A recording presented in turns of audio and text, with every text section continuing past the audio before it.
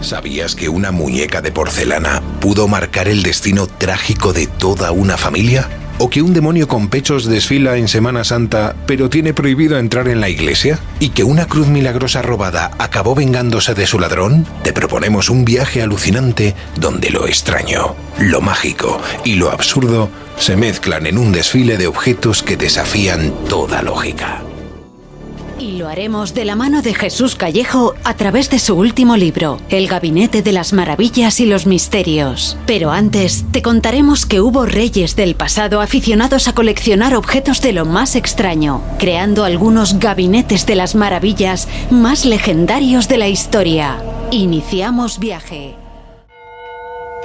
Hola, ¿qué tal? Buenas noches, ¿cómo estáis? Yo estoy feliz y la verdad es que lo vais a entender enseguida. Laura Falcó, buenas noches. Buenas noches, ya sé que hemos a un sitio que te mola.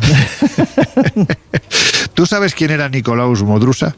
Dicho así, no, igual luego me dices otra cosa y te digo que sí, pero... Bueno, pues te digo, este era un historiador que en su momento yo creo que hizo la mejor definición del personaje que tenemos delante de nosotros. Decía que tenía el pelo negro, ensortijado, que caía con una larga melena sobre una espalda de la que salía una cerviz propia de un toro, y su mirada era tan intensa que muy pocos se atrevían a mantenérsela. ¿Por qué estamos en un castillo donde hay un cuadro? Bueno, donde hay un cuadro no, donde está el cuadro más reconocido y reconocible del gran Vlad Tepes Drácula. Pues mira, estamos en el castillo de Ambas, estamos en Innsbruck, y estamos aquí porque este cuadro estuvo durante casi toda su vida en un gabinete de curiosidades, el gabinete de Fernando II del Tirol, que era el tío de Rodolfo II de Habsburgo. Y como vamos a hablar de gabinetes y de Wondercameras y de, bueno, todos los nombres que le queramos poner, Cuarto de las Maravillas, sí, tiene muchas denominaciones, pues tiene todo el sentido que estemos aquí. Bueno, pues yo muy contento, la verdad, porque es que es de esos... Bueno, ya sabes, mi particular friquismo, bueno, pues me lleva un poco a tener este tipo de vicios, ¿no? Que son muy sanos, pero claro, esto de venir al sitio donde se encuentra un cuadro, que es que yo creo que hemos reproducido, sobre todo en la revista Año Cero y en otros medios de comunicación, en televisión, hemos reproducido en cientos de ocasiones, y la verdad es que visto aquí en directo, oye, impacta. Tenía razón Nicolaus Modrusa cuando decía que era difícil mantener la mirada a este señor, incluso en el cuadro. Sí, la verdad es que el personaje era inquietante, la verdad. Pues mira, ya sobre la puerta. Uy, cómo chirría. Bueno, pues ahí tenemos a nuestro particular. ¿Qué hacéis por aquí? Iba a decir el emperador, pero no es el emperador de Albacete.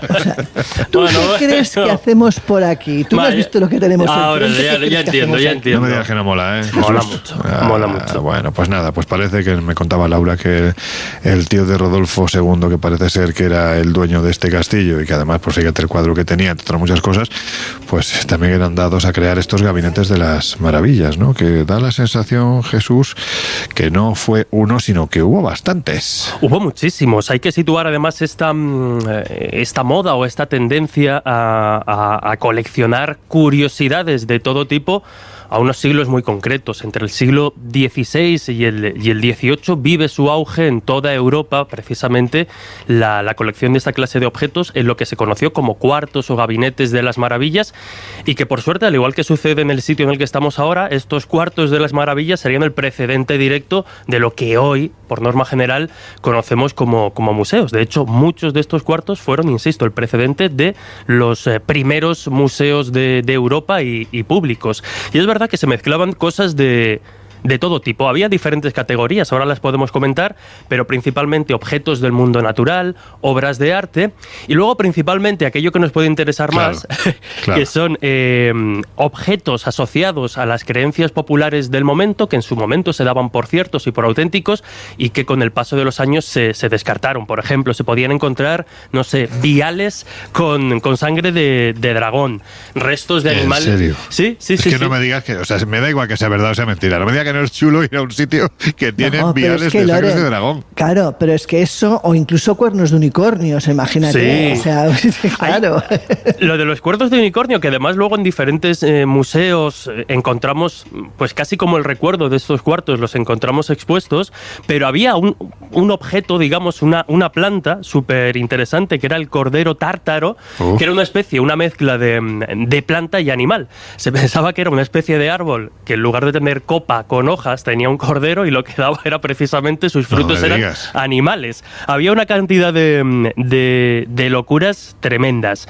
Ya digo que además... Incluso fetos humanos también, imagínate, o sea, que angustia. Sí. Sí, deformidades, lo que quisieras, vamos. Como decía, estos cuartos lo que exponían era pues esas cosas raras, nuevas, singulares, que era una mezcla bastante heterogénea, y como digo, se hizo una catalogación de los objetos, o mejor dicho, lo que representaban en estos cuartos. Por ejemplo, teníamos la Naturalia, en la que se agrupaban objetos de historia natural de los 3 reinos. Mineral, es decir, piedras preciosas, fósiles, piedras extrañas. Por ejemplo, las piedras del relámpago, que se pensaban que eran fruto de la tormenta. Había cosas de ese tipo. Temas del mundo vegetal y objetos del mundo animal. Después, dentro de esas categorías, como digo, la primera era la Naturalia, nos encontraríamos la Artificialia, que eran básicamente... Es que esos nombres molan mogollón. Claro. Que básicamente aquí ya lo que nos encontrábamos eran objetos creados por el hombre, principalmente objetos arqueológicos, antigüedades, medallas, obras de arte. La escientífica, que sería lo que agrupaban instrumentos científicos, como por ejemplo los autómatas. Muchos de estos cuartos tenían autómatas. Tenían autómatas, y ya quizá esa categoría, que es la que más nos puede interesar en un momento determinado, era la exótica, en la que se agrupaban plantas y animales exóticos, objetos, pues como lo que citábamos, ¿no? La sangre de dragón, el cuerno de unicornio, el diente también de dragón, entraban en esa categoría de exótica. Y vuelvo a repetir, porque yo creo que es lo más interesante, ¿no? Todo esto como precedente de los museos, porque aunque a día de hoy muchos de esos objetos nos puedan generar cierta sonrisilla, a nosotros nos molan mucho, pero al final esta colección tenía un objetivo muy concreto, que era la comprensión más científica del mundo en ese apogeo que tienen durante el Renacimiento. ¡Qué maravilla! Bueno, pues estábamos hablando precisamente del dueño de este castillo, que si tuvo un sobrino importante, es que fue emperador del Sacro Imperio Romano. Estamos hablando ni más ni menos que del gran Rodolfo II, que al igual que le ocurría a su otro tío, en este caso Felipe II, parece ser que era un personaje a que le encantaba todo esto de lo esotérico, lo misterioso, y creó en Praga, que es una de nuestras ciudades favoritas, uno de los gabinetes o cuartos de las maravillas más reconocidos, ¿verdad? Fíjate, este señor era archiduque de Austria, rey de Hungría, Croacia y Bohemia, emperador del Sacro Imperio Romano Germánico, y, como tú dices, estaba en Praga ubicado. Decían de él que tenía un carácter bastante extremo, que podía pasar de la apatía a la melancolía constantemente, y era muy aficionado pues a la alquimia, a la astrología y a la magia. También era un gran fan de los juguetes mecánicos y de los relojes, y él, bueno, de hecho, fue el que favoreció, por ejemplo, ser coronado rey de Hungría a la nobleza húngara, entre ellas Ferenc Narasik, que era el esposo de la condesa sangrienta, por ejemplo. O sea, es un personaje, muy peculiar. El caso es que pensemos que este emperador se le conocía como el emperador alquimista, porque tenía especial pasión por esa disciplina, y su Wunderkammer era una estancia donde muy pocos podían acceder. De hecho, él las solía tener a oscuras, incluso con las persianas y las cortinas cerradas, para que no entrara la luz y no pudiera estropear los muchísimos cuadros que allí acumulaba. Y cuentan que sus paredes estaban plagadas de cuadros, como te decía, cubiertos, que solamente abría cuando él entraba en la cámara, y en el centro de esas habitaciones abovedadas solía tener, que eran 4 estancias en total abovedadas, tenía unas mesas enormes en el centro donde se apilaban aquellos objetos de mayor valor, incluso los de mayor tamaño, y luego tenía como muebles con muchos cajones donde guardaba las piezas más pequeñas. Según cuentan, como te decía, muy poca gente podía acceder a ello, y Y habían curiosidades de todo tipo, chinas, egipcias, africanas, piezas relacionadas con la magia, por ejemplo, un diablillo de cristal para prácticas nigromantes, sin ir más lejos, mandrágoras, lo que decía antes Jesús, una copa de cuerno de rinoceronte, y luego también tenía pues cosas más naturales, tipo pues fetos mal formados, o cosas mágicas como por ejemplo gorros de supuestos gnomos, varitas mágicas, supuestas varitas mágicas, claro, instrumentos extraños, enormes gusanos, imanes, clavos de hierro que según él afirmaba venían del arca de Noé, relieves de cera, autómatas, recipientes extraños, incluso aparatos científicos de todo tipo y joyas muy valiosas y, como no, también trabajos de coral. O sea, era un hombre, vamos, pero lo que hay que decir de él es que, a diferencia de otros gabinetes de curiosidades, él no guardaba las cosas ni las catalogaba metódicamente, las tenía hechas un burruño entre tú y yo, o sea, un poco caótico. Ahí amontonado, ¿no? Bueno, pues eso está bien. A ver, estamos hablando de un personaje que ha pasado a la historia con el sobrenombre del emperador de los alquimistas. Es que la corte de Rodolfo II se acabó convirtiendo en un auténtico centro de astrólogos, nigromantes, alquimistas, pues toda esa gente que se daba a lo que se conocía entonces como ciencias oscuras. Y entre otros, por ejemplo, allí hubo gente muy importante que además fueron grandes proveedores de este tipo de objetos, como pues el astrónomo pretelescópico Tycho Brahe, ¿no? O sea, estamos hablando de gente que se juntó en un momento determinado alrededor de un personaje, de unas circunstancias y de unos objetos absolutamente fascinantes. Total, y es que hay un denominador común en toda esta serie de personajes que tenían su particular cuarto de las maravillas, y es precisamente esos intereses en materias que hoy ya pues han quedado un poco relegadas, como citaba Laura, la alquimia, la astrología, todas estas cuestiones. Muchos de esos coleccionistas eran precisamente o bien alquimistas o bien astrólogos o bien ambas cosas, porque como decimos estamos en pleno renacimiento, estamos en una época en la que estas materias que ahora son consideradas pseudociencias y legendarias eran pues una pata más de lo que se consideraba conocimiento científico. Otro de esos personajes que a mí me llama mucho la atención y que yo además pienso que los oyentes del Colegio Invisible van a conocer, y si no, rápidamente lo van a identificar, es Athanasius Kircher, es decir, este personaje del siglo XVII, nace precisamente en 1602, fue, pues eso, ¿no? Considerado en su época un auténtico visionario y un excéntrico, precisamente por sus intereses. Este hombre...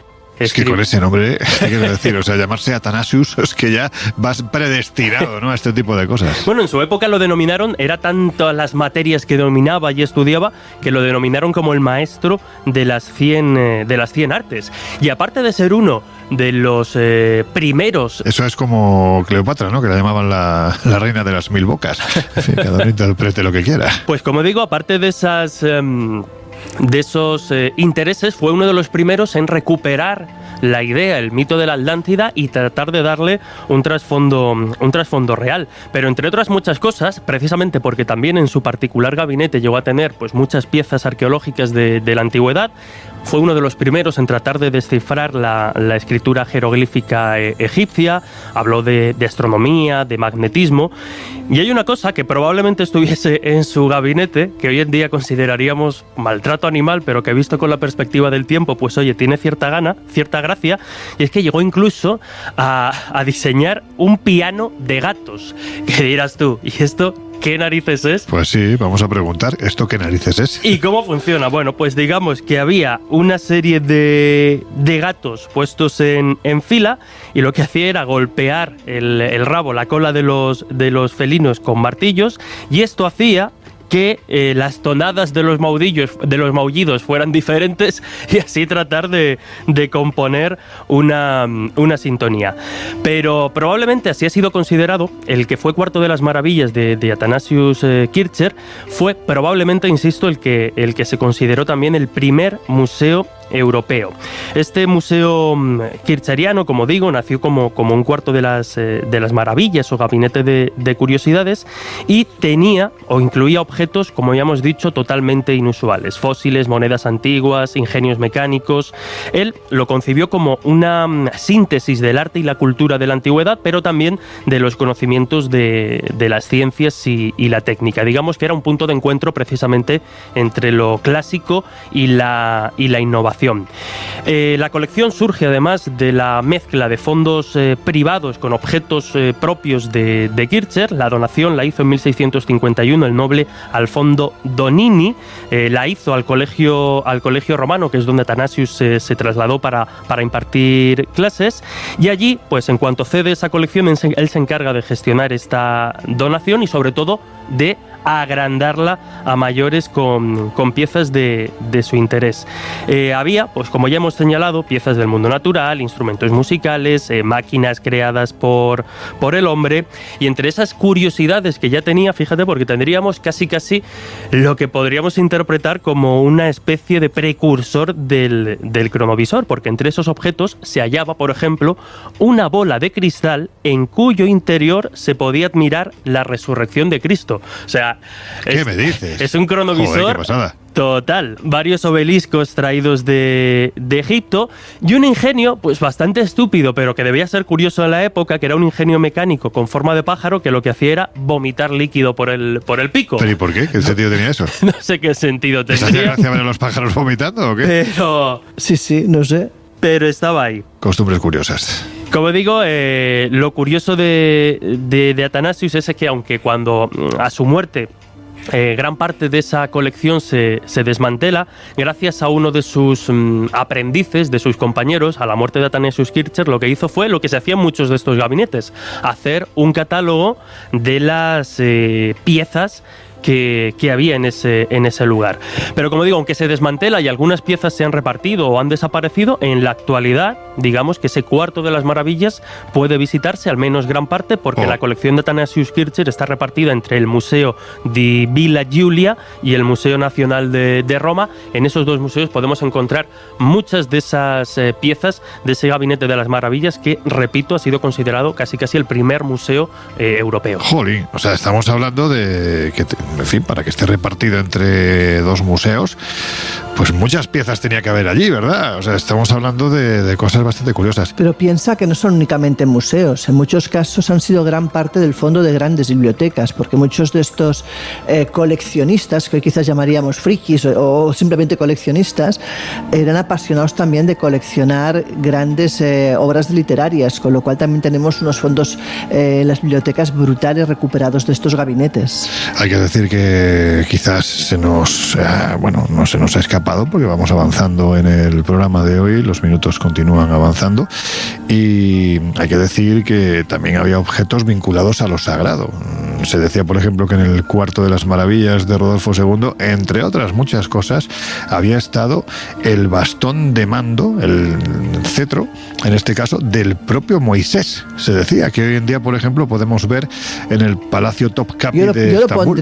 Yo lo pondría en duda, porque estas piezas así tan históricas, Laura, yo a veces pienso que es más la leyenda, ¿no? Pero creo que son más leyenda muchos de estas piezas, el hecho de que hayan estado en un sitio o en otro. Claro, estamos hablando de... Pero bueno, es que el cuerno de unicornio tampoco... Habría que poner también en duda. No, claro, el cuerno de unicornio... Claro. No, a ver, es que está claro que de muchos de estos gabinetes, igual el 40% de las piezas eran directamente para tirar a la basura.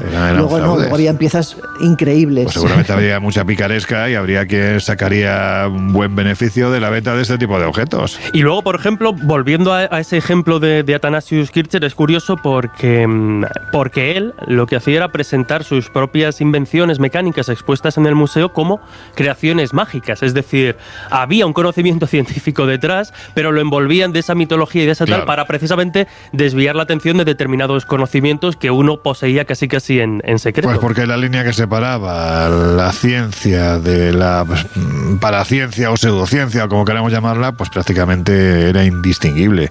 Por eso os decía, ¿no?, que tenías pues eso, el bastón de Moisés, que además, como os digo, hoy se puede observar en el Palacio Topkapi de Estambul, junto a las chancletas de Mahoma, que también están por allí. Hay también algún que otro pelo de la barba del profeta del Islam.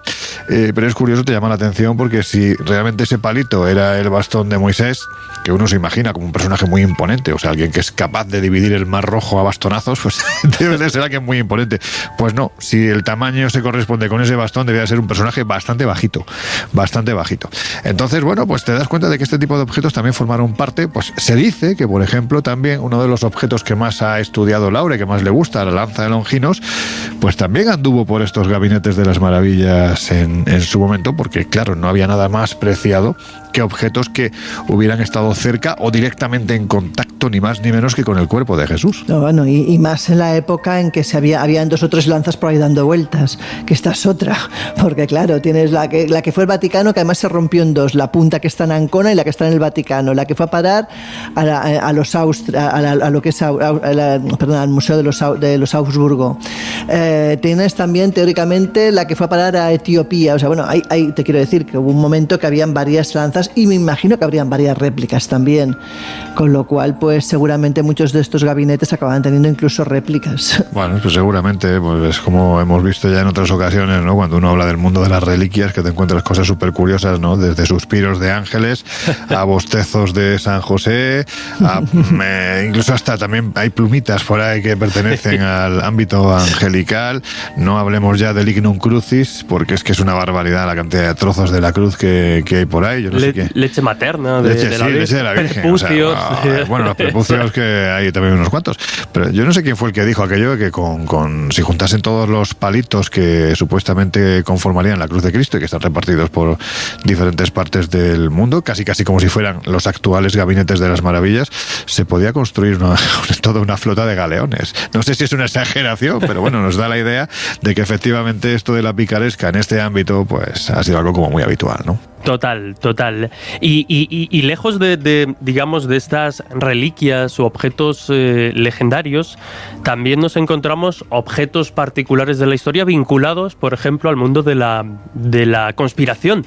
Porque si yo digo lo de recuerden el 5 de noviembre, rápidamente, hombre, muchos pensarán, obviamente, en V de Vendetta. Ah, vale. Pero, jolín, yo estaba pensando ¿a qué se refiere este hombre? Esto y tampoco no entendía que venía. Nos lleva directamente a la conspiración de la pólvora, por ejemplo, ¿no? Que se lleva en la noche del 4 al 5 de noviembre de 1605, precisamente para tratar de matar al rey protestante Jacobo I en Inglaterra. Y es que buscando precisamente dónde han acabado muchas de las piezas que componían estos gabinetes, pues hoy, por ejemplo, en el Museo Elias Ashmole o en el Ashmoleum Museum de Oxford podemos encontrar precisamente esta linternita de Guy Fawkes, que fue, digamos, el personaje que propició esta conspiración, conocida como la conspiración de la pólvora.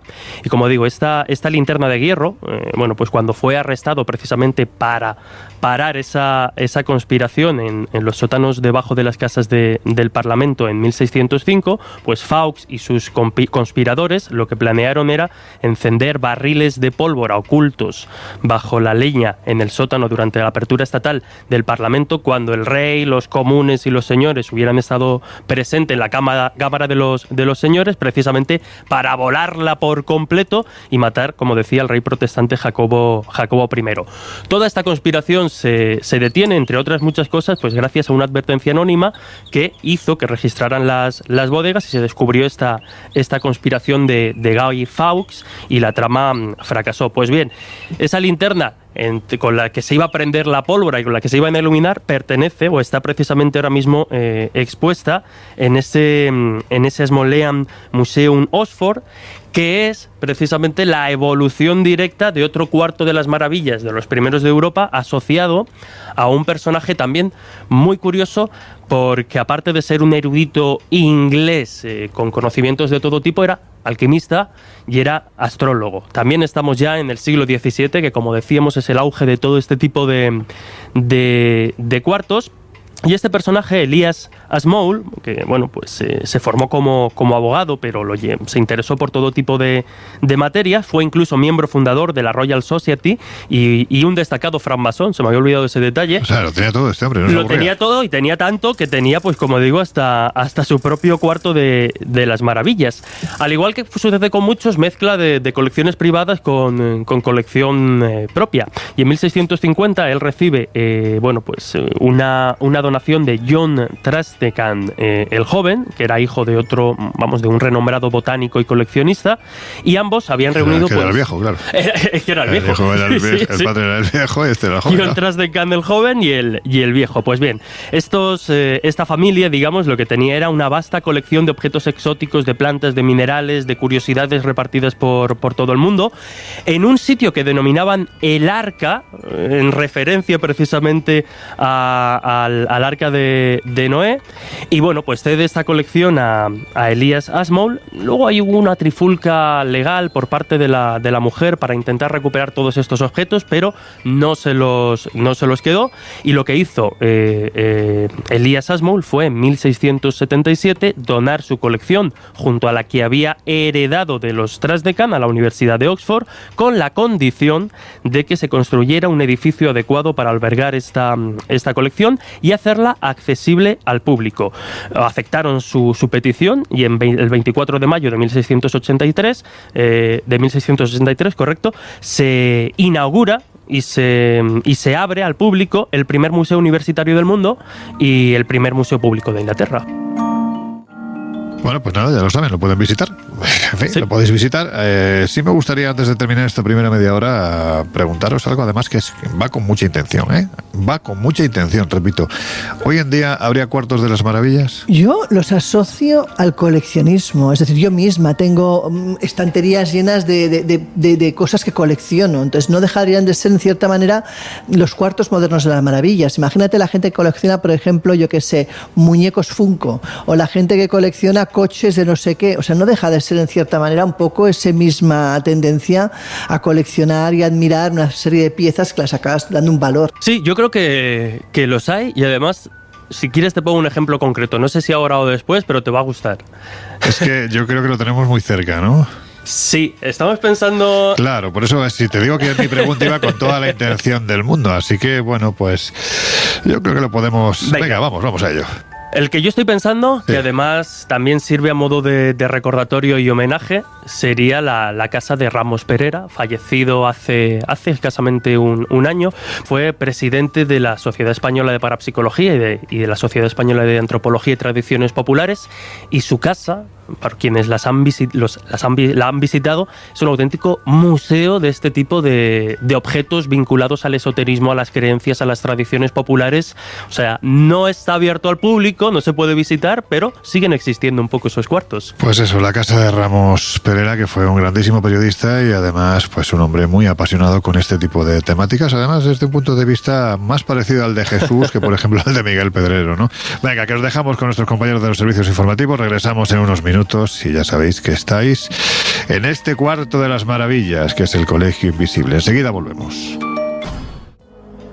Muy buenas noches, ya estamos de vuelta. Si te acabas de incorporar al Colegio Invisible de hoy, que sepas que te hemos estado hablando en la primera media hora de los gabinetes de las maravillas, de los objetos que se encontraban dentro de ellos, algunos muy reconocidos por los amantes del misterio. En definitiva, eran lugares de poder hechos precisamente para el poder. Y ahora nos desplazamos unos cuantos miles de kilómetros, ya que estamos hablando de maravillas, pues nos vamos a una auténtica maravilla del pasado, rodeada de misterios, de enigmas. No es la primera vez que vamos hasta allí y por eso precisamente uno, cuando va una vez, ya no puede evitar volver. A mí me ha tocado quedarme en esta ocasión, pero tenemos al otro lado del teléfono a nuestro queridísimo compañero Josep Guijarro, que nos va a contar dónde está. Muy buenas noches. Buenas noches, Lorenzo. Buenas noches a todos los amigos del Colegio Invisible. Estoy en Karajan Tepe, en un lugar que también es lugar de poder, un sitio que emana energía por todas partes y que está haciendo las maravillas del grupo que ha venido a viajar con nosotros, con el Colegio Invisible, a este remoto lugar de la geografía turca.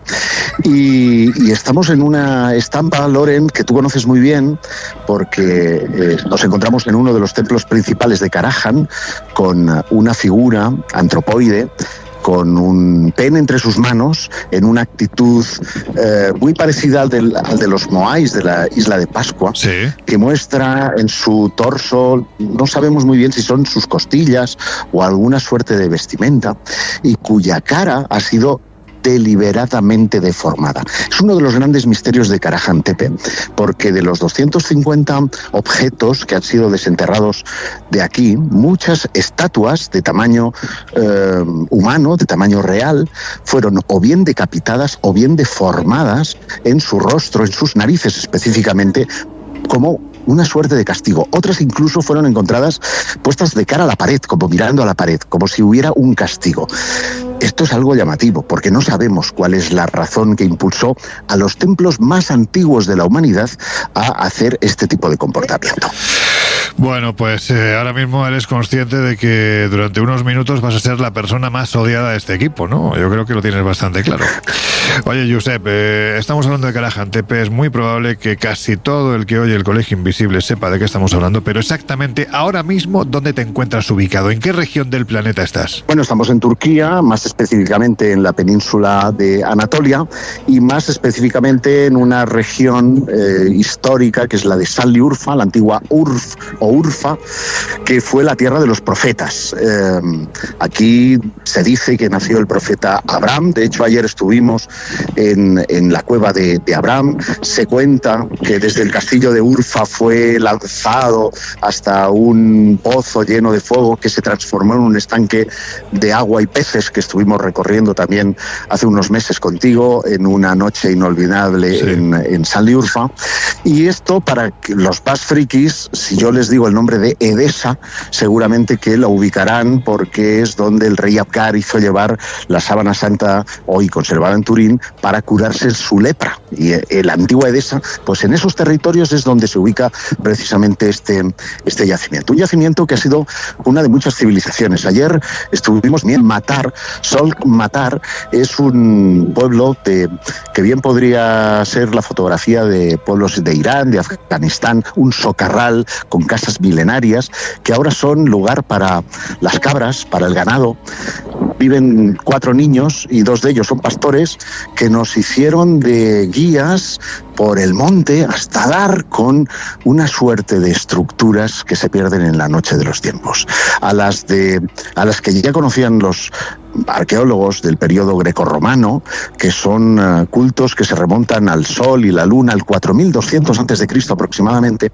Tuvimos la suerte de entrar en el Poñón. No seas mal pensado, Loren, ¿eh? Poñón es una cueva que tiene una serie de ídolos del sol, la estrella Sirio, fíjate, que venían hace 4000 años a rendir culto a las estrellas.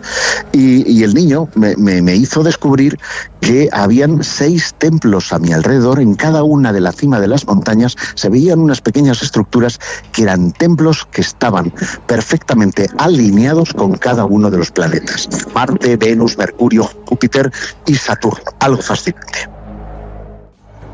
Bueno, hay que decir que la zona en la que te encuentras, para que se hagan una idea a nuestros queridos invisibles que están al otro lado de estos micrófonos, bueno, pues es una zona con un aspecto, un paisaje muy mediterráneo, de colinas muy desgastadas por la erosión y por el paso del tiempo, pero hay que decir que es que prácticamente desde la colina en la que tú te encuentras, yo estoy convencido de que si no se ve, poco falta para que se vea lo que es la frontera con Siria, las montañas sirias. Es que estás realmente lejos. Y estás hablando ahora mismo de 4200 años, el lugar este en el que estuviste ayer, pero la importancia que tiene el sitio en el que te encuentras ahora mismo, Karahan Tepe, precisamente cuando hablamos de años, es que nos hace remontarnos casi a una cronología, no sé si decirlo así, inasumible. Claro, es explosiva, porque este es 1000 años más viejo, es 1000 años más antiguo que Göbekli Tepe, que si ya nos es fascinante, pues imagínate lo que es encontrarte a 12.500 años de antigüedad. Es algo bárbaro, porque se han encontrado objetos de uso cotidiano, vasos,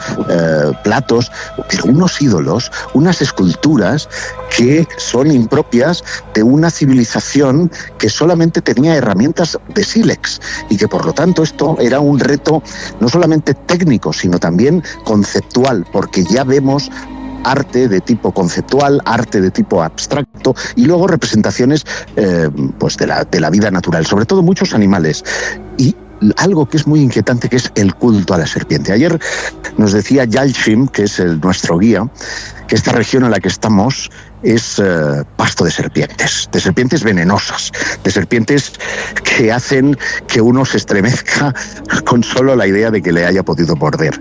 Y en uno de los primeros templos que ves al entrar a Karajan Tepe tiene una misteriosa piscina ritual que está decorada con la cabeza y una larguísima serpiente en la que sobre sus lomos se sentaban para tomar baños rituales la gente que venía aquí a Karajan Tepe. Este era un lugar de peregrinación, un lugar pues que hizo que la gente se detuviera, que dejara de ser recolector y que dejara de ser nómada cazador para pararse a rezar a sus dioses. Y esto es fascinante porque gracias a eso nace la agricultura y gracias a eso nace la historia de la humanidad. Claro, esto es algo que teóricamente nos surge hasta varios milenios después. Es decir, tú siempre, además es algo que te encanta decir en el programa, siempre que te refieres a Göbekli Tepe, hablas del kilómetro cero de la humanidad. Sería el primer templo ya reconocido. Para que se hagan una idea los oyentes, yo siempre pongo el mismo ejemplo, pero es que me parece bastante representativo de lo que es Göbekli Tepe. Estamos hablando de un lugar que cuando las pirámides de Egipto empezaron a construirse, este lugar llevaba 7.000 años abandonado. Es que es una auténtica barbaridad. Por lo tanto, si este es el kilómetro cero de la historia de la humanidad, Karajan, ¿qué es? El -1. El -1. Mira, es que lo estamos contando y te pueden testimoniar aquí unos cuantos invisibles que están escuchando, que tengo los pelos de punta, tengo los pelos como escarpias, porque es verdad, es que solo pensar que esto está antecediendo en 7.000 años las construcciones de las grandes pirámides, y cuando te das cuenta de que existen analogías en las creencias, en las mismas orientaciones a Orión, las Pléyades, Sirio y las estrellas circumpolares, dices, no puede ser casual.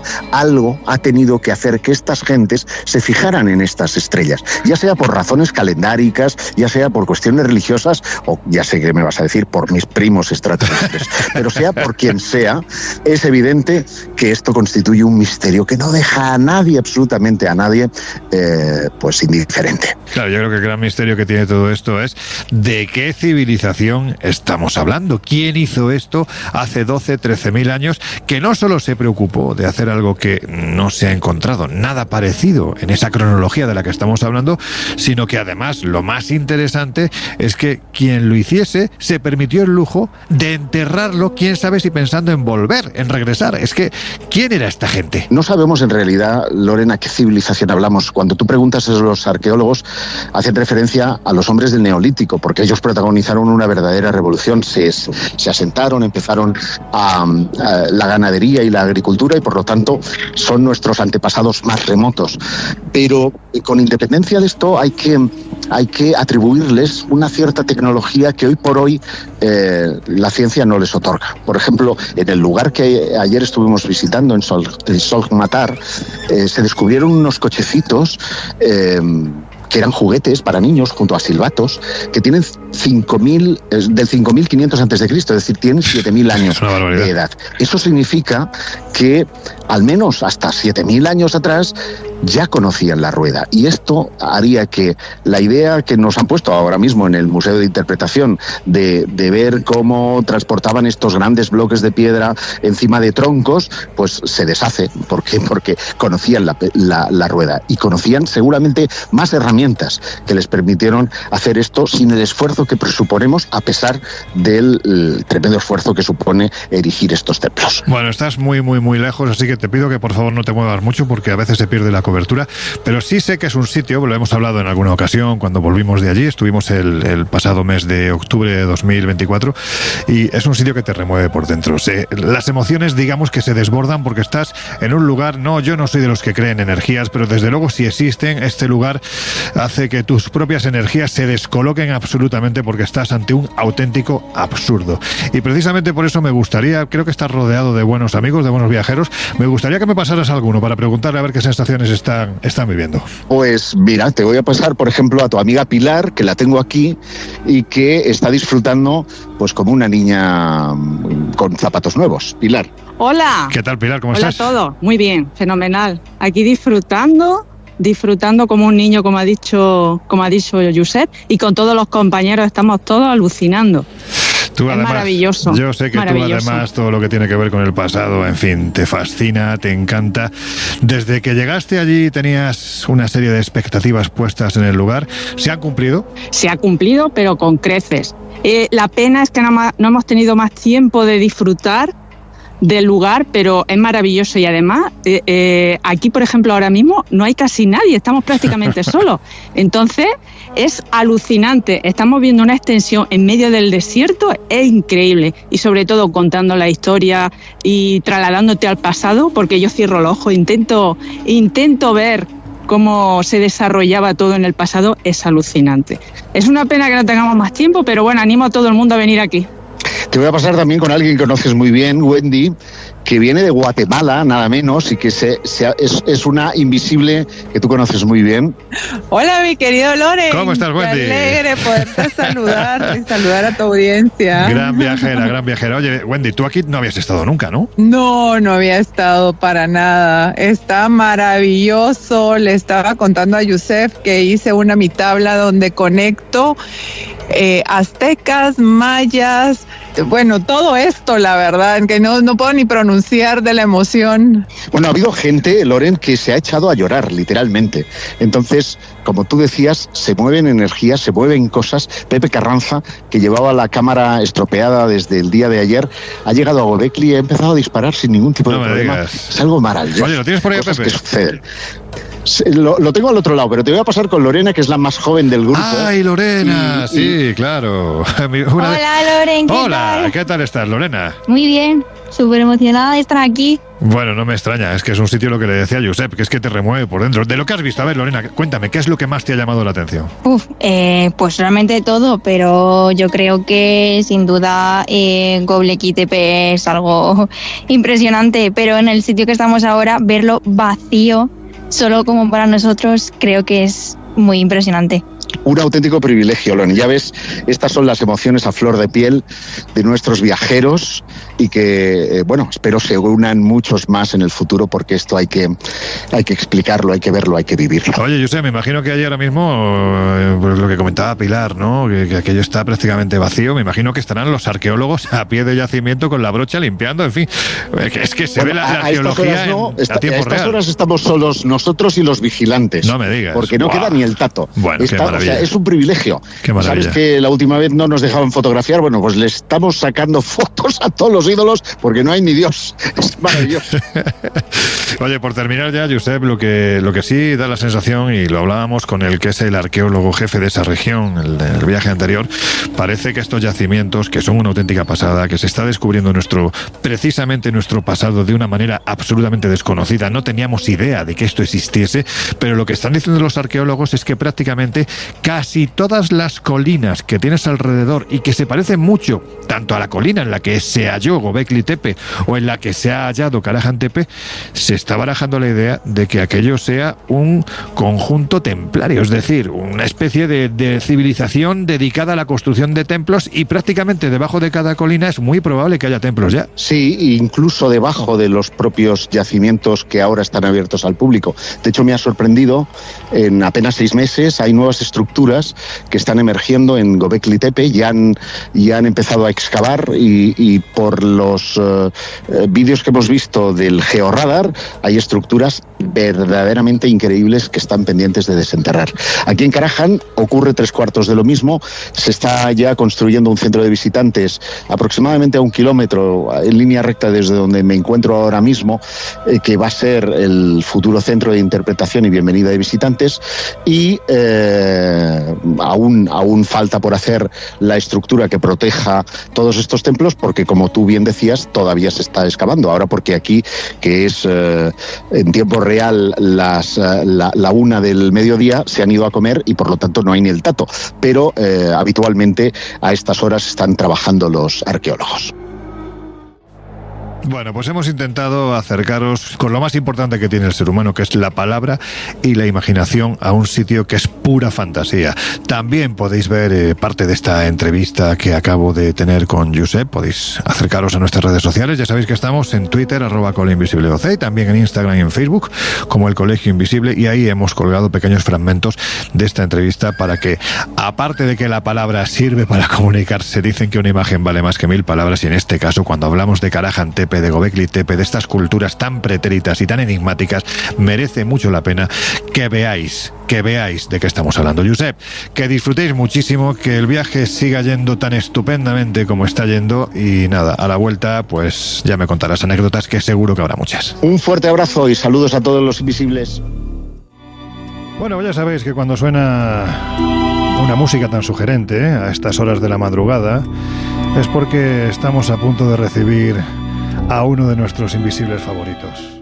Y es uno de esos invisibles a los que, al calor de un fuego, aunque realmente ahora mismo no apetezca demasiado dado los calores tan tremendos que están haciendo, pero es una persona que tiene la facultad, la facilidad, bueno, la veteranía ya, de poder contar esas historias a estas horas, con esta música que a todos, absolutamente a todos, nos encanta escuchar.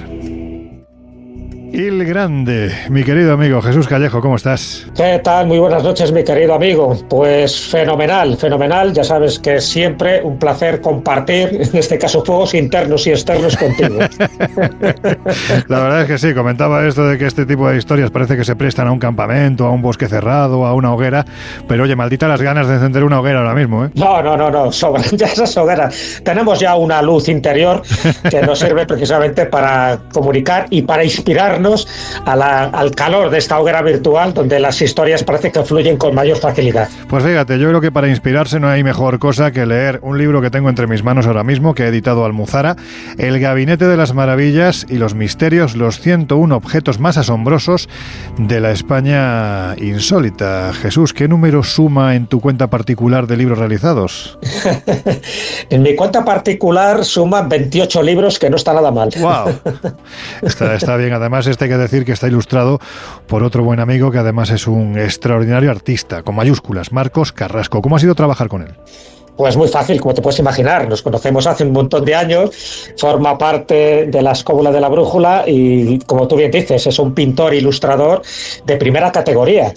Es algo que teníamos pendiente hacía tiempo y, bueno, pues al final, en conjunción con Almuzara, pues hemos puesto en realidad y manifestando un poco su creatividad artística con mi creatividad literaria, y hemos puesto de manifiesto un libro que creo que es una verdadera guía para ilustrarnos sobre la cantidad de objetos raros que tenemos en esta España insólita, y por supuesto las ilustraciones de Marcos Carrasco engrandecen y enriquecen muchísimo este libro. Hay que decir que el título además también es el título de un programa de televisión en el que estáis ahora mismo embarcados. Pues, en fin, nuestro querido compañero, ya sabes que aquí le llamamos Charlie Channels, Carlos Canales, también Frank Izurquiza, y estás tú, bueno, con una serie de invitados, ¿no?, que van pululando por ese Gabinete de las Maravillas, que hay que decir que se emite los lunes en Telemadrid, ¿verdad? Exactamente, los lunes, sí, ese Cuarto de Maravillas, al final se denominó para que no se pareciera exactamente al libro, pero bueno, el Cuarto de Maravillas, como tú bien sabes, Loren, pues intenta hacer referencia a esos lugares donde se almacenaban objetos insólitos, tanto minerales, vegetales, por supuesto, pues todo tipo de espécimen que se podía uno encontrar tanto en las Indias como en América, y que, bueno, no deja de ser también otra parte distinta, a veces invisible, de ese componente que llamamos España mágica o España misteriosa, y que a veces no nos fijamos tanto en los pequeños detalles. Pues vamos precisamente a estos cuartos o gabinetes de las maravillas. Exactamente, ¿cuál era la intención final de aquel que los realizaba? Bueno, la intención final era, primero, sorprender a todos aquellos que visitaban su Cuarto de Maravillas. Cuando hablamos de Cuarto de Maravillas, a veces era un mueble, no era exactamente una habitación, pero por supuesto lo que intentaba recoger eran cosas exóticas que no se veían en Europa. Los primeros que lo hacen es a partir del siglo XVI y siglo XVII, porque las exploraciones que estaban haciendo en Oriente, ¿no?, en Asia, las exploraciones que estaban haciendo en África, y sobre todo con el descubrimiento del Nuevo Mundo, de América. Entonces, ¿quién lo hacía? Pues condes, nobles, príncipes, reyes, emperadores, que son aquellos que tenían la potestad, el poder y el dinero para reunir este tipo de materiales, que ya te digo que tenían que ver con el mundo animal, con el mundo vegetal, con el mundo mineral, y dejarlos ahí prácticamente para asombro de todos los que visitaban su palacio. Luego, con el tiempo, esto es el germen de muchos museos de historia natural, de muchos museos de arqueología y de muchos museos del arte. Oye, Jesús, y si tuviéramos que destacar, pues, ¿qué te digo yo? Un par de estos gabinetes, ¿cuáles serían los más famosos? Bueno, pues el de Rodolfo II de Habsburgo sería uno de ellos. Ya sabes que tenía una corte de los milagros donde prácticamente almacenaba de todo, ¿no? Y por supuesto también se reunía con los mayores genios, con los alquimistas, con los nigromantes. En fin, ahí estaba el manuscrito Voynich, entre otras cosas. Entonces yo creo que el de Rodolfo, por supuesto, sería uno de los más interesantes, sobre todo por toda la trascendencia histórica, ¿no?, que ha generado.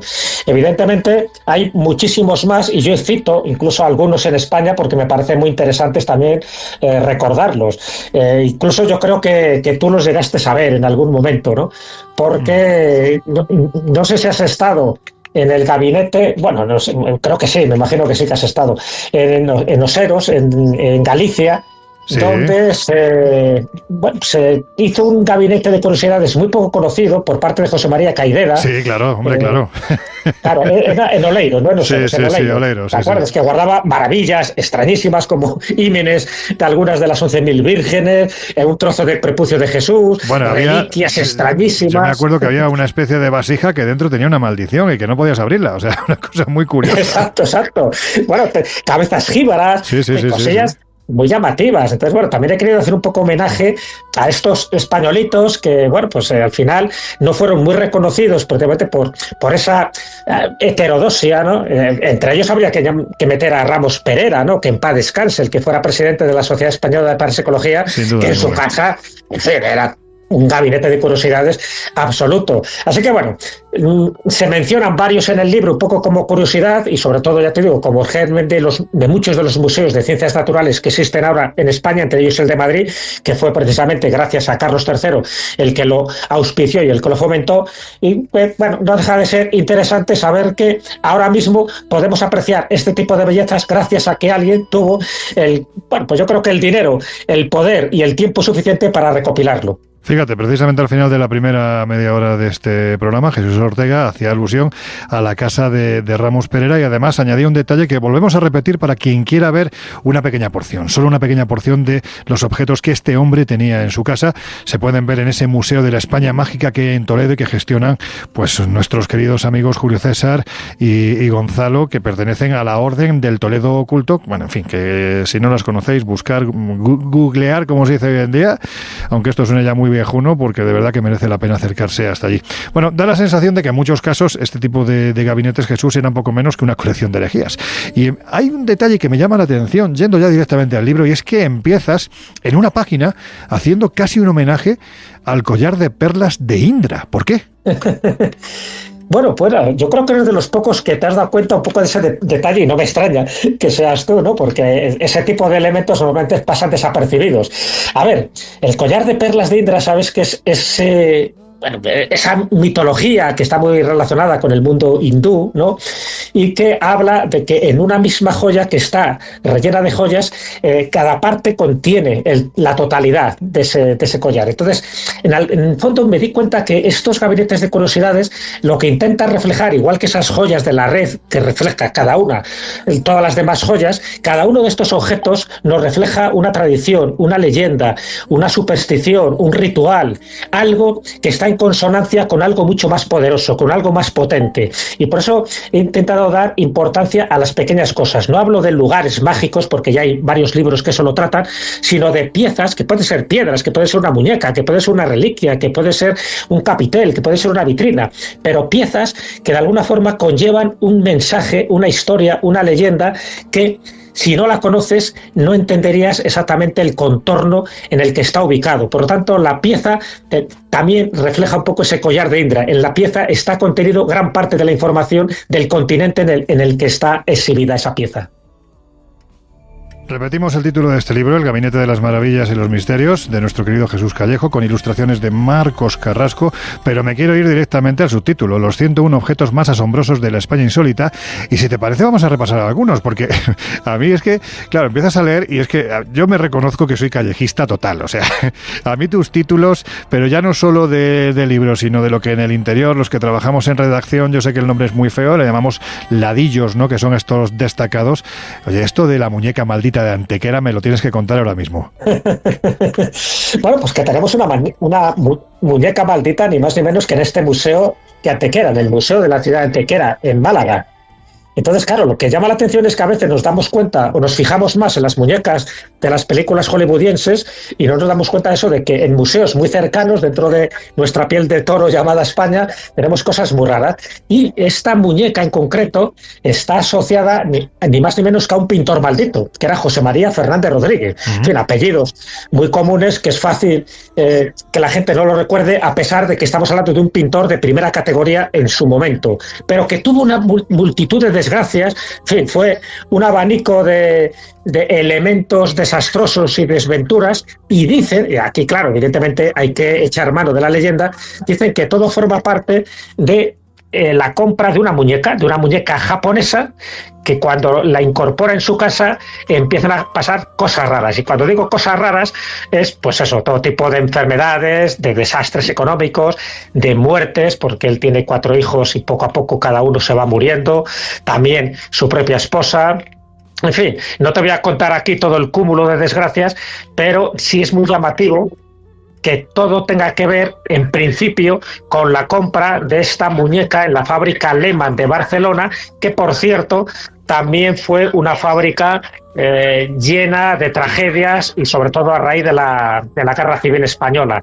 Bueno, pues si vas mirando un poco su biografía y un poco el periplo de desgracias, pues yo no sé si la muñeca fue el detonante o no fue el detonante, pero que él fuera pintada con algunas de sus hijas y que esa hija muriera a una edad muy temprana, pues bueno, por lo menos te deja esa pátina de duda, ese asombro, porque de ahí viene un poco también, ¿no?, el título, de asombrarnos de que las muñecas a lo mejor tienen esa parte de maldición, y aquel que las tiene en su casa, pues evidentemente su influjo negativo pues condiciona la vida personal y también profesional de este pintor que te acabo de comentar.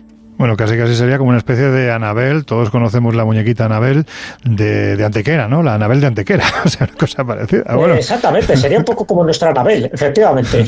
Oye, pues otro de esos seres que se pasean por las páginas de tu libro es una diablesa, que hay que decir que además, curiosamente, porque yo no sé si esto ocurre en otras partes del mundo, es sacada en procesión. Esto es un poquito raro, ¿no? Es un poco raro y es un poco insólito. Bueno, yo diría más bien insólito, porque no hay ninguna otra diablesa que se procesione en Semana Santa. Estamos hablando de Semana Santa. Además tiene unas características muy llamativas, porque su origen es de 1694, cuando, en fin, a Nicolás de Bussy le encargan hacer una escultura para uno de los pasos que van a procesionar, y no se le ocurre otra cosa que hacer una diablesa rodeada de una serie de objetos, bueno, pues todos muy profundos de un punto de vista simbólico, ¿no? Porque ya de entrada, ya te digo, no hay ningún otro paso en Semana Santa, y verá que tenemos Semanas Santas originales en España, donde salga una diablesa. Sí puede salir un esqueleto, ¿no?, como puede ser la Canina en Sevilla. Aquí también hay un esqueleto. Estamos hablando de la diablesa de Orihuela, no sé si lo he comentado, en Alicante. Bueno, pero tiene también otra característica, además de los elementos simbólicos, porque claro, tiene un libro abierto, tiene una manzana, en fin, hay un reloj también representando el Tempus Fugit, todo ese tipo de cosas. Pero es que no puede entrar en lugar sagrado. De hecho, cuando la procesionan el Jueves Santo, no puede entrar en la catedral ni en ninguna iglesia, y de hecho cuando tú la tienes que ver no la puedes ver en ninguna iglesia, lo cual llama la atención porque forma parte de la procesión del Santo Entierro. No, solo la puedes ver en un lugar civil, en un lugar laico, y en este caso ni más ni menos que en el vestíbulo del Ayuntamiento de Orihuela. Esa es la característica de una diablesa que da yuyu y que no puede entrar en lugar sagrado. Bueno, pues para terminar con esta secuencia demoníaca, vamos a hablar de un sillón muy especial que se encuentra ni más ni menos que en el Museo Provincial de Valladolid. Así es, así es. Lo característico de estos objetos, querido Loren, es que todos se pueden ver. Ese es un poco el denominador común que intenté reflejar. No son objetos que hablan las leyendas de una forma difusa, sino que se pueden ver por lo menos al día de hoy, por lo menos al día en el que el libro se ha publicado. Y si vamos al Museo Provincial de Valladolid, encontramos esto que yo llamo la poltrona del diablo, que tiene una historia apasionante, de estas que a ti y a mí nos gusta. Siglo XVI, un médico llamado Andrés de Proaza, en fin, le regalan un sillón frailero, un nigromante de Navarra, y con este sillón, cada vez que se sentaba, tenía como ciencia infusa, podía adivinar la enfermedad y el diagnóstico del enfermo que tenía delante. No me digas. Bueno, al final hay un niño que desaparece, le encuentran en su casa, el niño está totalmente descuartizado, le vivisecciona porque para ver, ya sabes, sus órganos internos. La autopsia estaba prohibida en aquella época, la Inquisición entra en su territorio y evidentemente acabó como acabó, totalmente chamuscado. Pero ¿qué pasó con ese sillón? Con el tiempo se perdió memoria de las facultades que tenía ese sillón, porque de hecho tenía una maldición. La maldición es que no se podía sentar nadie que no fuera médico, porque si te sentaba alguien como tú o como yo, pues al cabo del tercer día sufrías un síncope. Bueno, eso ocurrió con un par de bedeles en el siglo XIX, cuando inauguraron la Universidad de Valladolid, y a día de hoy ese sillón ya está totalmente preservado para que nadie se siente, por si acaso, porque es una especie de silla eléctrica sobrenatural, y se puede ver en el Palacio de Fabio Nelly de Valladolid. Oye, claro, yo no me resisto a preguntarte, ¿en algún momento del pasado te sentaste? No me ha dejado. Pero lo has intentado seguro. Hay un cordón, sabes, que te impide sentarte, pero desde luego tentaciones me entraba, porque claro, dices, hombre, si no estás el tiempo necesario, pues a lo mejor con eso evitas la maldición. Pero ¿y si sí? Claro, eso está claro. En fin, no habrá sido por falta de ganas, ya me lo imaginaba. Oye, también dentro de este número de objetos que aparecen en este libro, 101 en total, pues también hay esos objetos fuera de su tiempo que tanto nos gustan en los programas especializados, ¿no?, en este tipo de temáticas. ¿Es cierto que en el Museo Canario hay un cráneo rebanado con una espada cuando supuestamente no había espadas? Exactamente. Ese es uno de los OPAR, efectivamente, un objeto de estos fuera de su tiempo y de su espacio que genera a día de hoy todavía muchísima controversia, porque si tú analizas la historia de las Islas Canarias, ves que empiezan a ser conquistadas a partir del siglo XV, ¿no? Uh-huh. Pero claro, que esta espada es ni más ni menos, bueno, en función de, no la espada es la suposición, ¿no?, de lo que rebana el cráneo, pero el cráneo sí se ha analizado, sí se ha empezado un poco a investigar a quién corresponde, y con el carbono 14, pues resulta que esa persona, que corresponde a un varón, fue decapitado entre el siglo XI y el siglo XII. Es decir, 400 años antes de que los castellanos llegaran con sus espadas relucientes y cortantes. Claro, si tú ves la fotografía, ves ese cráneo no está roto por casualidad ni con una piedra. Es decir, tiene un corte totalmente fino y limpio. Para que hubiera espadas ahí, te tienes que remitir, evidentemente, a ese siglo XV, pero aquí no es esta época de la que estamos hablando. Empezamos a especular. ¿Quién podría haber sido? Acuérdate toda la leyenda sobre los caballeros templarios que estuvieron allí mucho antes de que fuera colonizada la isla. Sí. Entonces, si vas tirando del hilo, pues llegas a ciertas conclusiones, que además está en relación con determinadas vírgenes marianas que correspondían a ídolos paganos antiguos, ¿no?, que tenían los primeros aborígenes y que luego fueron transformadas en vírgenes cristianas. Bueno, pues muchas de esas vírgenes también son anteriores a la conquista. Hay mucho todavía que hablar y dilucidar dentro de esos primeros poblamientos que hubo en las Islas Canarias. Pues ya que estamos en las Islas Canarias, yo vuelvo a repetir que reconozco que me encanta cómo titulas, porque, bueno, pues tus títulos en sí mismos se prestan a múltiples interpretaciones y sobre todo lo que hacen es despertar la curiosidad. Y aquí hay uno que también tiene que ver con Canarias. La máquina que resucitaba canarios. Entiendo que estamos hablando de canarios, en fin, de seres humanos o de pajaritos. Entiendes muy bien. Sí. No, esto es algo muy curioso y que tiene que ver con mi tierra, con León. Y cuando en el verano pasado estuve en Sabero, estuve en el Museo de Siderurgia y Minería, estuve dando una charla y bueno, pues vi el museo, ¿no?, que tienen allí, el museo de sitio, donde tienen muchísimos utensilios que se utilizaron para la extracción del carbón en siglos pasados, y luego me llamó la atención una maquinita, un aparatejo que había allí que no pasaba desapercibido, pero como yo soy muy curioso, pues fui preguntando, ¿no?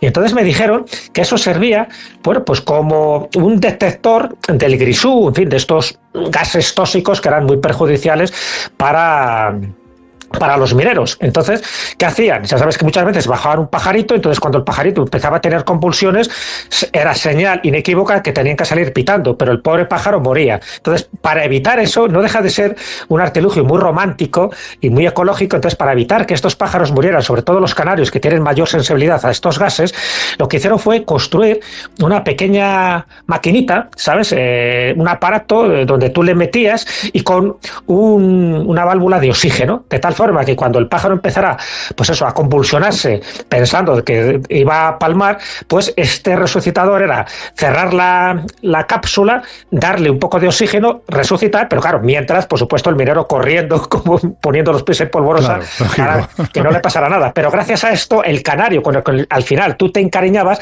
volvía a tener una segunda, una tercera o una cuarta oportunidad para volver a bajar a la mina. Y es la única máquina de estas características que se conserva en España. Se cayó otra en Inglaterra, pero la única que se conserva en España es en Sabero, en este Museo de la Minería, y me pareció muy interesante hacer una reivindicación recordando este episodio que me parece tan emotivo.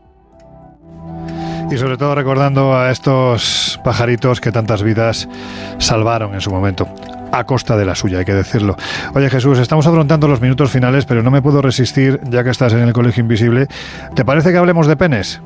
Claro, penes que dan pena. Sí, porque desde luego hay uno en La Hinojosa al que en una foto del libro, en fin, que se te ve muy agarradito a él. En fin, ¿qué tiene de especial este pene o estos penes? Porque hay que decir que hay unos cuantos. Ya sabes que me gusta tocar el material. Y esta historia también para mí es apasionante, pero eso la reflejo en el libro. Claro, estamos hablando del pueblo este de Cuenca, que se llama Los Hinojosos, por eso un poco lo titulo, Los Falos Rijosos e Hinojosos. En Los Hinojosos descubrí que ya había... Bueno, que parece que era un antiguo templo romano, y sabes que los romanos pues hacían muchos de estos monolitos en forma de pene, bueno, pues eso, como garantía de fertilidad en los rituales que ellos hacían allí. Bueno, muchos de ellos han desaparecido con el tiempo porque se consideraron indecorosos. Imagínate, cuando llega el cristianismo, pues no era plan, ¿no?, de conservarlos. Claro. Pero aquí, en este pueblo de Cuenca, sí que estos penes se han conservado, no todos, estamos hablando de estructuras de piedra que tienen más de 1 metro de altura. Y lo interesante de todo esto no es que se hayan conservado un poco como recuerdo de un antiguo santuario dedicado al culto a la fertilidad, es que forman parte de un Vía Crucis. Entonces, ese Vía Crucis, eso es muy curioso, no me digas, rememora la pasión y muerte de Jesucristo. Pues justo en el Calvario, lo que representaría el Calvario, están estos 5 penes así colocados. Ay, imaginación al poder. Bueno, en fin, es curioso, ¿no? Es llamativo, forman un poco de esta Celtiberia Show, ¿no?, de Luis Carandel. Sí. Y que a día de hoy se haya conservado, pues mira tú, ahora sí que podríamos decir con propiedad que son estructuras que están mirando a Cuenca. Ay, bueno, pues mira, es una buena reflexión así para terminar esta pregunta. Voy ahora a preguntas rápidas para respuestas más breves. De todos los objetos que aparecen en tu gabinete, ¿cuál es tu favorito y por qué? Respuesta breve, ¿no? Sí, bueno, ya sabes. Sí, a ver, pues mira, uno, el pacto del diablo, ¿sabes? ¿Sabes que hacer pactos con el diablo antiguamente era una verdadera estupidez? Bueno, pues hubo un tal Ventura Rodríguez, que no tiene nada que ver con el arquitecto, y esto exactamente, hizo un pacto para torear, para que no le pillaran los toros, para saber hablar, para relacionarse con las grandes autoridades, y el tío lo puso por escrito. Bueno, pues al final le dieron unos cuantos azotes, una buena colleja, le dijeron, no lo vuelvas a hacer más. Ese es mi objeto favorito. Vale, pues ¿el que te gustaría tener? El que me gustaría tener, pues mira, pues una moneda de Judas, ya que han sido un tanto buscadas, pues de las 30, que al final son más de 300, hay una que por lo menos está en España, de las que yo he rastreado. Bueno, pues tener una auténtica falsa moneda de Judas, oye, no me digas tú que no da lustre a mi gabinete de reliquias. Desde luego que sí. ¿Y el que te provoca más rechazo? Pues el que me provoca rechazo, pero no rechazo por adversión, sino por rareza, es el Cristo de la Cepa. En Valladolid, ¿sabes? En el Museo Diocesano de la Catedral de Valladolid está el Cristo más feo del mundo, que está hecho de una cepa, o sea, de una vid, con los pelillos y tal, una cosa horrorosa. Esto no promueve a la devoción. Está hecho un Cristo, ¿no? Realmente está hecho un Cristo. Está hecho un Cristo, pero la cantidad de milagros que tiene asociados son increíbles. Entonces dices, como de una pareidolia, porque en el fondo es eso, se ha convertido en una reliquia totalmente sagrada. Ay, bueno, hay que verlo. Ya recomendamos a nuestros oyentes que se metan en San Google, en el Gran Oráculo, y que lo busquen porque seguro que se van a sorprender. El último, venga, ¿cuál es el que más miedo te da? El que más miedo me da. Bueno, mira, pues me daría miedo, sobre todo conociendo su historia, evidentemente, son los sanbenitos. Sabes que sí, en claro. Tui están colocados sanbenitos reales, auténticos, y claro, me da miedo porque no deja de ser una parte de nuestra historia un poco más oscura, que tiene que ver con la Inquisición, con los reos, con la humillación a los que se les sometía, y donde este San Benito no solo aparecía su nombre, sino que a veces aparecía el delito y se colocaban en la iglesia del pueblo para que no solo durante su generación, sino generaciones posteriores, quedara esa ignominia, ¿no? Con lo cual era algo mucho más duro para el reo. No solo era morir, sino también el estigma que quedaba a la familia. Así que los San Benitos sí que me da mucho repelús. El Gabinete de las Maravillas y los Misterios, los 101 objetos más asombrosos de la España insólita. Ya podéis comprobar, quienes nos estáis escuchando, que dan para la sorpresa, la emoción, también por supuesto para la risa. Un libro escrito por Jesús Callejo e ilustrado por Marcos Carrasco y editado por Almuzara. Y hoy hemos disfrutado unos minutitos con uno de sus autores, porque, a ver, Marcos también, al ser artista, tiene parte de la autoría de este libro.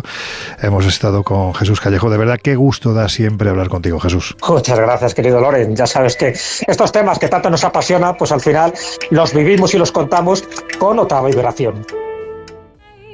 Bueno, pues afrontamos los minutos finales del Colegio Invisible de hoy y llega el momento de las conclusiones. Y bueno, la pregunta que os voy a hacer no sé si tiene respuesta. O si tiene respuesta, creo que la sé, pero en fin, no me voy a adelantar. ¿Qué afán tenía esta gente en reunir todos estos objetos en un lugar que generalmente solo podían visitar ellos? Primero, yo creo que hay un tema de creencias. Normalmente muchos de estos objetos que coleccionaban eran objetos que ellos consideraban de poder, que consideraban reliquias, que consideraban de valor. Entonces, pues por un lado no querían que se los robaran, lógicamente que pudieran desaparecer, pero también por otro lado les servían como de inspiración, ¿no? Era cuando tú tienes algo que valoras y que crees que además puede tener poderes, pues evidentemente lo guardas y lo cuidas, como es normal. Pues como hemos señalado, yo creo que gran parte era precisamente esa necesidad de coleccionismo y de ampliar horizontes y de asombrarse. No en balde pues se llamaban cuartos de las maravillas. Y luego es verdad que aunque hubo muchísimos cuartos asociados a personajes muy conocidos, muy importantes y muy relevantes, y si bien es cierto que muchos de ellos tenían esa tendencia privada y digamos como muy propia y muy egoísta, muchos de ellos con el tiempo, y también como hemos señalado en algunos ejemplos, tenían esa vocación, entre comillas, de servicio público, de mostrar al mundo determinadas piezas procedentes de las más lejanas tierras y que, como citábamos, acabaron convirtiéndose en los museos. Pero tenían un poco esa vocación de ampliar las miras, de ampliar el conocimiento y de, oye, cuando no se podía viajar a determinados lugares, al menos hacerlo con la imaginación a través de determinados objetos.